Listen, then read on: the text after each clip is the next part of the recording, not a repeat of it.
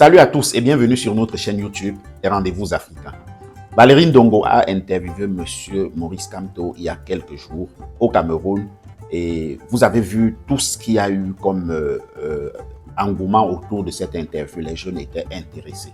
Mais à travers cette interview, on va décortiquer et décrypter quelques petits éléments. Vous allez par exemple voir en grand titre « Pourquoi est-ce que choisir quelqu'un qui a un programme politique est intéressant ?» Et vous allez par exemple voir comment choisir quelqu'un qui n'a pas de programme politique peut être désastreux et vraiment mauvais pour le pays. C'est tout de suite. Restez connectés. Bon, vraiment, on va commencer par être très relax dans cette vidéo. Je n'ai pas de problème avec quiconque, mais sur les rendez-vous africains, moi, je permets d'édifier, d'éclaircir les lanternes, de mettre un peu de lumière là où il y a de l'obscurité et laisser les gens regarder d'eux-mêmes pour voir. Valérie Ndongo a eu une brillante idée. Vraiment, si on pouvait donner, si on nominait cette émission, juste cet épisode qu'il a fait là, parmi les canaux d'or de l'année 2025, vraiment, juste pour ça, quel que soit ce que d'autres personnes font, je pense qu'il devrait falloir faire très fort pour que je ne vote pas Valérie Ndongo comme émission de l'année. Ce qu'il a fait là était grandiose. C'était une première un peu au Cameroun, dans la politique, le cercle politique camerounais. Et ça, c'est à encourager. Applaudissons pour Valérie Ndongo. Applaudissez, applaudissez, applaudissez. Applaudissez, applaudissez. Mais, on va vous dire, comment est-ce que choisir quelqu'un qui a un programme politique est efficace et intéressant? Et par inverse, choisir quelqu'un qui n'a pas de programme politique est dangereux et vraiment même destructeur. Je prends pour ça les deux exemples suivants.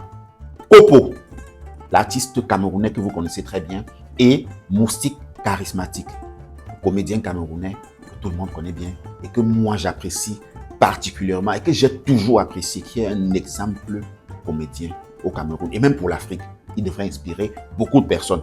Mais comme vous savez, on va parler de ces deux-là pour illustrer l'importance du choix du programme politique et non pas de la personne. Soyez très attentifs, ça va être important pour l'élection de 2025 qui approche. Ça va également être important pour l'élection de 2025 qui approche au Gabon. Ça va être important pour l'élection de 2025 qui approche en Côte d'Ivoire. Soyez vigilants. On en parle tout de suite. On vous dit c'est très important de choisir quelqu'un qui a un programme politique et de voter le programme politique et non la personne. Valérie Ndongo a organisé une émission qui était parfaite, qui a attiré beaucoup de félicitations, de remerciements et les Camerounais ont particulièrement adoré cet esprit-là. Je ne sais pas qui a inspiré Valérie Ndongo, mais vraiment bravo. Vraiment bravo. Mais il a fait quelque chose qui était aussi très, très inspiré. De vouloir que des artistes puissent poser et s'exprimer à Maurice Kamto de façon directe. Ça aurait été l'apothéose s'il avait invité ces artistes sur le podium. Mais il ne l'a pas fait. Peut-être faute de moyens, peut-être faute de temps, je ne sais pas trop. Mais il a fait enregistrer par ces artistes-là des extraits. Et ces extraits qui devaient être posés à Maurice Kamto. Vous savez un peu le genre de choses où vous êtes peut-être 20 personnes à aller à être dans une école, je ne sais pas trop, à aller, non, on va prendre dans un quartier, vous jouez à votre ballon, vous jouez au ballon et puis quelqu'un choque le ballon, ça tombe dans la concession du voisin. Et vous voyez, on est en train d'aller tous, les 20 personnes qui étaient en train de jouer au ballon se placent devant le portail, on dit on cogne. Et puis le propriétaire arrive, il dit, qu'est-ce qu'il y a? Il dit non, le père, notre ballon est tombé là dans votre concession. Il dit ok. Je veux une seule personne, je veux qu'une seule personne entre chercher. Vous n'allez pas entrer, vous tous. Une seule personne va entrer chercher. Et vous choisissez qui? Du coup, à la volée, on choisit quelqu'un et on s'est dit, quand on le choisit, c'est l'espoir du peuple. Donc, il porte en fait l'espoir de 20 personnes. Il porte la chance de 20 personnes et il a le droit de satisfaire les 20 personnes. Cette personne a le droit de faire le minimum nécessaire requis. On le sélectionne, le père lui dit entre, il entre, il ferme le portail. Et il s'en va. Le monsieur arrive, la personne qu'on a choisie là-dedans arrive, tellement il est stupéfait, il est content de voir la concession enfin parce qu'ils n'ont jamais vu. Il regarde, il passe le temps à regarder la concession. Il passe le temps à regarder la concession, à regarder. Il ne cherche plus le ballon. Le propriétaire de la concession lui dit, tu as déjà trouvé? Il dit non, pas encore. Il continue à regarder la concession. Les yeux sont en l'air, même pas au sol pour chercher le ballon. À un moment, il traverse même sur le ballon. Il est en train de regarder. Tu as trouvé? Non, pas encore. Ça veut dire qu'il n'y a pas alors. Non, il faut venir sortir. Il se retourne, il vient. On ouvre le portail, il sort. En fait, quand on dit qu'il n'a pas de programme politique, ça veut dire qu'en fait, il ne sait même pas ce qu'il partait chercher. Il partait aussi, il voulait aussi qu'on le sélectionne. Il a dit sélectionne, je vais aller. On l'a sélectionné, il est parti. Regardez comment, parce qu'il ne savait pas ce qu'il allait chercher. Regardez comment il a mis toutes les 20 personnes dans le désastre. En appliquant ça au cas actuel, Valérie Ndongo a choisi 2 artistes qui pour moi sont des artistes très intelligents. Très intelligents. Kopo, comme Moustique Charismatique, c'est des artistes très intelligents. Je ne sais pas si c'est eux qui ont dit, gars, donne-nous l'opportunité, là, on veut lui parler. Valérie Ndongo a donné l'opportunité.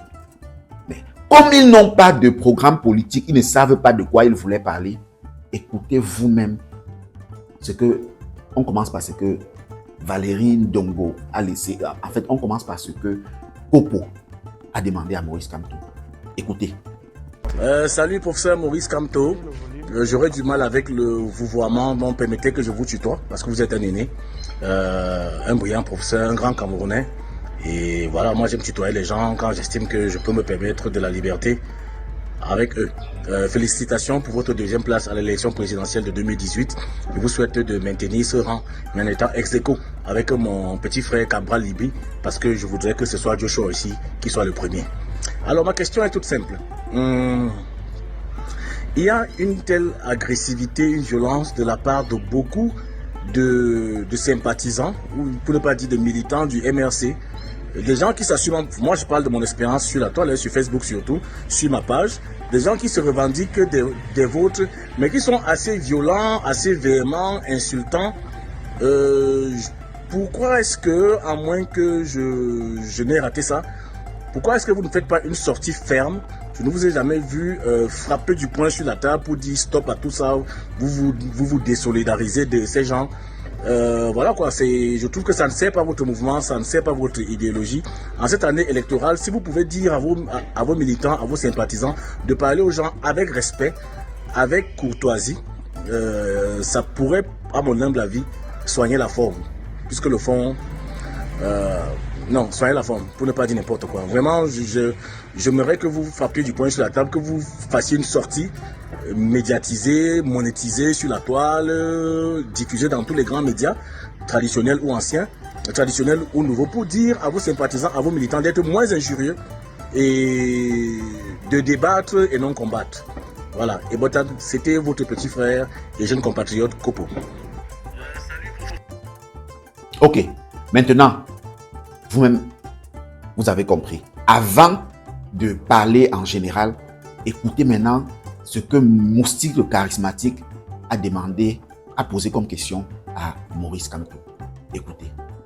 Plan national pour l'intégration sociale, le PENIS.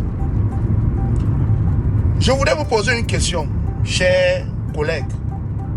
Je vois beaucoup de batailles, parfois des batailles de chiffonniers violentes, avec des personnes qui sont contre celles qui pensent contre la résistance. Je vois un déploiement de vos militants ou peut-être de vos militaires ou alors des sympathisants brandissant votre nom et celui de votre parti. Quel est votre comportement face à cela? Vous n'êtes pas gêné? Vous ne vous sentez pas coupable, responsable? Qu'est-ce que vous êtes prêt à faire pour que la bataille électorale soit une bataille saine tout en respectant les droits des uns et des autres sans avoir des fusions vraiment... Parce que moi, je suis opposant, mais c'est compliqué. Moi, j'ai peur. Vous, vous allez faire la prison. Moi, si je n'ai pas, je vais faire comment? Donc, chers collègues, comment est-ce que vous faites pour discipliner vos troupes? Beaucoup de courage et j'espère que je vais vous battre aux élections. Voilà, vous avez très bien écouté maintenant les 2 extraits. Alors, je vais vous dire, je vais vous essayer de vous faire comprendre pourquoi je dis, quand on choisit quelqu'un qui n'a pas de programme politique, le peuple tout entier est mort. Mort. On a vendu le peuple. Vraiment, c'est une grâce, je vais appeler ça comme ça. Ce serait une grâce pour moi particulièrement, de pouvoir poser une question ou bien d'avoir une tranche de questions, de pouvoir poser des questions au professeur Maurice Kamto. Même pas seulement à Maurice Kamto, au président Paul Biya aussi.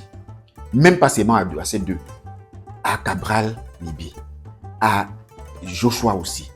Vraiment, si je pouvais avoir la chance là d'être celui qui va poser 4 ou 5 questions à l'un de ces 4 et que cette personne va venir répondre en mondo visio comme ça à mes questions, je vous promets à tous les Camerounais que je vais entrer dans l'histoire du Cameroun juste par cet instant qu'on m'a donné là. Pas parce que je pose les questions pour entrer dans l'histoire du Cameroun, mais parce que je suis sûr que les questions que je vais poser sur 100 Camerounais, 99 vont dire vraiment celui-ci a été inspiré. Il aurait fallu que, si ce n'était pas lui qu'on avait choisi, il aurait fallu qu'on le choisisse. Parce que là, je sais que enfin, on a l'occasion de poser des questions qui vont éclaircir le peuple. Et c'est sur mes épaules qu'on a déposé. Je vais faire quelque chose de fort. Mais quand on fait ça et que des grands frères comme Moustique Charismatique et Kopo s'en vont mettre leur ego personnel devant, parler des choses de Facebook. Sur ma page, on vient, moi je parle particulièrement de mon expérience. Comment ça se fait même d'ailleurs que Valérie Ndongo, pourquoi est-ce que c'est toi qui as choisi ces deux-là ou bien ils ont voulu? Parce que si c'est eux qui sont venus, non, laisse-moi parler, il aurait fallu que tu demandes qu'est-ce que vous allez parler. Parce que là, et même le fait que tu aies validé les questions là, vraiment c'est les 2 tâches qu'il y a eu sur ton émission, Valérie Ndongo. C'est les 2 tâches qu'il y a eu sur l'émission du célèbre Valérie Ndongo. Les 2 tâches là. L'émission là est parfaite. J'ai écouté l'émission avec éblouissement, en souriant de A à Z. Donc de l'épisode 1, l'épisode 2 et l'épisode 3. Sauf que à un moment, puisque c'était presque simultané, mon visage s'est crispé. Et puis j'étais de là, quoi? C'était pendant l'intervention de ces 2 grands frères, Moustique Charismatique et Kopo. Donc, vraiment, c'est un gâchis. C'est un gâchis qu'on a fait en laissant ces 2-là poser ces questions-là. Ils auraient pu poser des questions plus intéressantes. Ils auraient pu faire le président, le professeur Maurice Kamto, nous parler de quelques points. Vraiment, poser des questions, demander même seulement qu'est-ce que vous comptez faire pour la crise, pour stopper la crise de nos eaux qui est depuis des années. Ça, c'est une question que tout le monde pouvait, même sans arranger, poser comme ça. Poser même que, mais attends, qu'est-ce que vous comptez faire pour les problèmes d'électricité que les Camerounais vivent tous les jours là? Poser des questions comme ça. Demander, par exemple, cette histoire de tout le monde, les policiers qui arnaquent parce qu'ils sont là au pouvoir, on arnaque les Camerounais, la carte d'identité. Poser des questions sérieuses, les gars. Hein? Donc, maintenant à tout le monde, vous voyez comment il est important que pour l'élection, que ce soit les Gabonais, que ce soit les Gabonais, que ce soit les Camerounais, que ce soit les Ivoiriens, votez le programme politique. Ne votez pas la personne. Je répète, votez le programme politique. Ce que la personne propose, ne votez pas la personne. Parce que c'est désastreux et dévastateur lorsqu'on vote la personne et que finalement la personne arrive et ne sait même pas, puisqu'il n'avait pas de programme politique, ne sait même pas par où commencer. Voilà des exemples. C'était un gâchis d'avoir donné l'opportunité à ces 2 personnes-là. C'est un peu comme l'autre gars du ballon qui allait chercher le ballon. C'était un gâchis de lui donner ça. Il lève la main, oui, je vais aller, parce qu'on sait que c'est un gars, on l'envoie. Et arrivé, il est ébloui par autre chose. Il veut satisfaire ses propres orgasmes. En 2025, votons le programme politique et non la personne. Si le président Paul Biya au Cameroun déploie un programme politique sérieux, moi je considérerais plus sérieux que celui des autres programmes, des autres candidats. Je conseillerais à tout Camerounais de voter ce programme-là. Parce que c'est ça qu'on vote. Si le professeur Maurice Kamto propose un programme plus charnu, je proposerai à tous les Camerounais de voter ce programme-là. Parce que, est-ce que vous savez que si on vote le programme, si le professeur Maurice Kamto, par exemple, prend le pouvoir parce qu'on a voté son programme, et 2 mois après, disons ce qu'on ne veut pas qu'il arrive, il meurt. En fait, son remplaçant vient continuer le programme. Parce qu'il aura un remplaçant. Mais il n'y aura pas de rupture totale. Mais si on vote la personne, on ne sait même pas de programme qu'il a proposé, et qu'il arrive que 2 ans après ou 1 an après, il meurt. En fait, celui qui va venir remplacer, peut-être sera le... Je ne veux pas prononcer le nom, peut-être... Vous avez compris. Donc, soyez très attentifs en 2025. Que Dieu vous bénisse. Abimté.